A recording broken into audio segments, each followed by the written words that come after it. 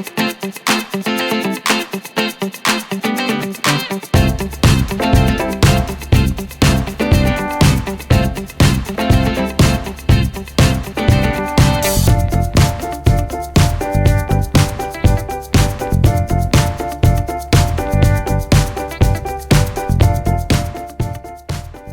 and welcome to another Tabitha's Glass Emporium video. Today we're looking at this clever idea.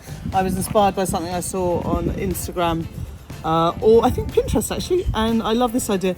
I love this idea because it's changeable for the seasons. So you can have this out all the time, and in Christmas you can either turn this around and have it as just a plain cottage, or you could make another cottage for different times of year.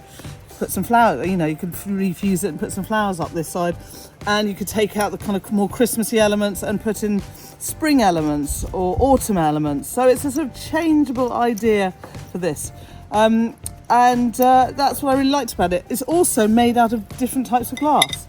So some of the trees are, this tree is 90 COE, whereas this tree is 96 COE. So I was like, oh, I love this particular glass in 96. But I wanted to use some of our murrine. I wanted to use our landscape lines for the in 90 for the house. So it's kind of cool that you can actually mix COEs because you're not fusing them together and the elements are separate. That you can mix COEs on this. So today I'm going to show you how I made this. So the good thing about this project is the fact that we can use different types of glass. So I can actually mix 90 and 96 together. We started off with some 96, and I've just got some transparent glass, and I put some powder down. And I'm just going to scripita over the top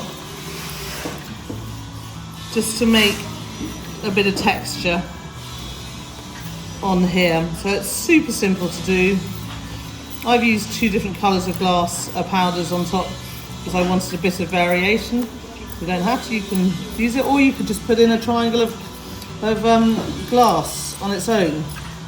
It's completely up to you what shaped trees you want. To make for this particular project. So at the moment I'm making what I feel are all lots of evergreen trees. So these are all evergreens. Now once I've got this, I've got elements from a kiln I had to change, and the wires had to be cut off, and I ended up with these wires. Now they're pretty hard to cut, so you have to really squeeze them tight. And they're going to ping off because they're designed for kilns. What I can do is I've got my kiln shelf here, I've got my ice stand. I'm just going to hold it in place just to make sure it doesn't move around, and I can put this in like so. I can put this on top, and it's stuck. And I will put a bit of glue at this end just to help it hold it in place, so when I move it to the kiln it doesn't move. And then we'll full fuse this together, and I'll make sure this is in the middle, and then we can put this, and that will screw into the log.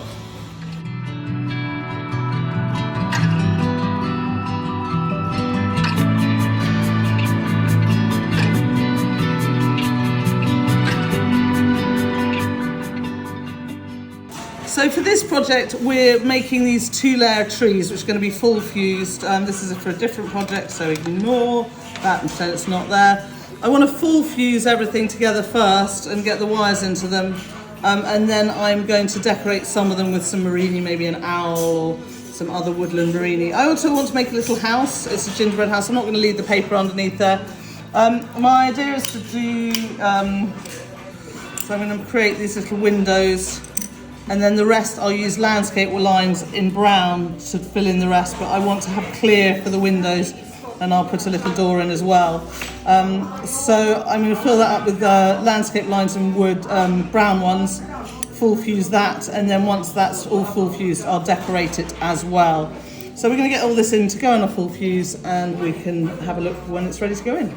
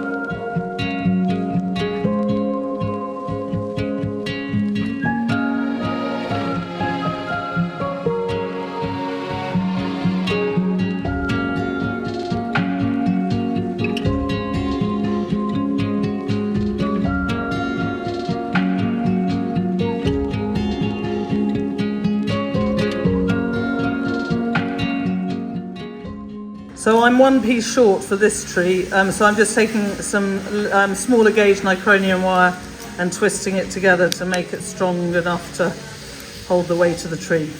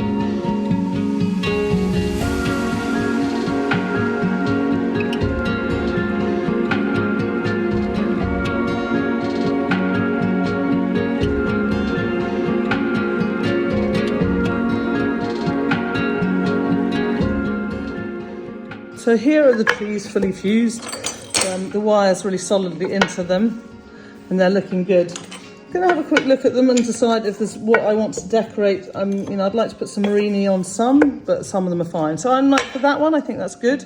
It's just going to go in the tree as it is, as will that one. So this bush, I'd like to put some murrine on. I think this tree, I might put an owl on. I think this one's interesting, got a bubble in it. I've no idea why, but I quite like it just as it is, so I think we'll leave that one as it is. Also this big green streaky one, I like it just as it is, so that's fine. This one is going to be my little Christmas tree. I might notch into it a bit, and then I'm going to put some kind of murrine on it as a Christmas tree. Unfortunately, some of the string has slipped on this one, so I think I might put a bit more decoration on it just to kind of cover that up. And I'm loving how my gingerbready house is looking. So I'm going to decorate that with lots of murrine. So I'm going to decorate these ones and we will go from there. So the first thing I want to do is to grind some of these flat. I want to use them to decorate the little house. And if they're ground flat, they will sit on it and not roll off the edge. So I'm going to go and do that. So here I've got my tree. And I've got my rods. And now because they've got a kind of flat edge on this side, that if they roll, they're just they're more inclined to stay this particular way up, which is on the flat edge, which is like that, which will just help them hold in place and not. This is already curved. It's also easier to work on the flat side when you're adding murrine. The only thing is you've got these, but what I'm going to do is I'm going to just put something on those so we cover them up. So we're going to work from here.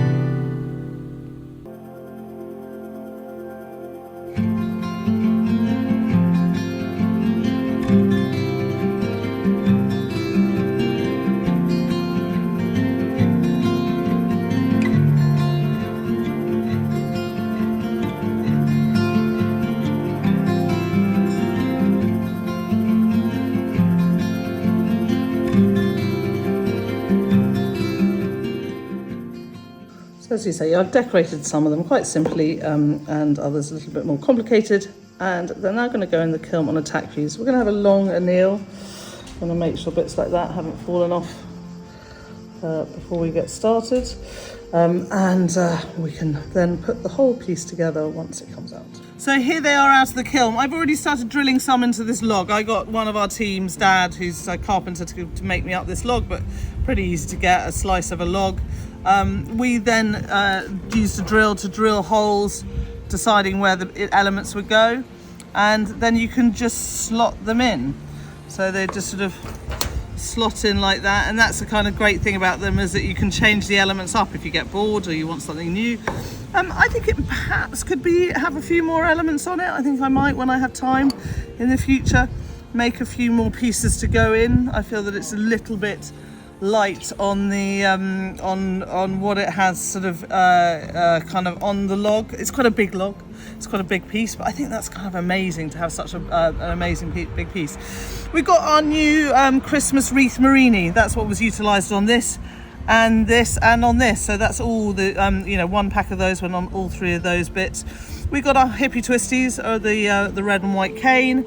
And we've got some mistletoe here, and one of our owls and one of our woodpeckers there. You can go to tabithasglassemporium.com to check out all our murrine. We've got some fabulous Christmas murrine there. I know it seems weird talking about Christmas murrine in August, but I definitely know many of you out there are already getting your stuff ready for Christmas, so I totally get it. And definitely go check that out. The other lovely thing you can do with this is, of course, add lights. So you just put your lights on. You can tuck the battery pack around the back. Or if you were very fancy, you could probably drill through the log, take a chunk out of the log and have the battery pack embedded into the log. But we've just sort of wrapped our lights around, and that makes it super Christmassy. So that's definitely another idea. And you can then take them off at other times of the year when you don't want it to look so Christmassy. I really hope you've enjoyed this video. I think it's a kind of clever idea, and I love the idea of using different COE glasses in one project and utilising the ones you love if you've got more. And until next time, happy fusing.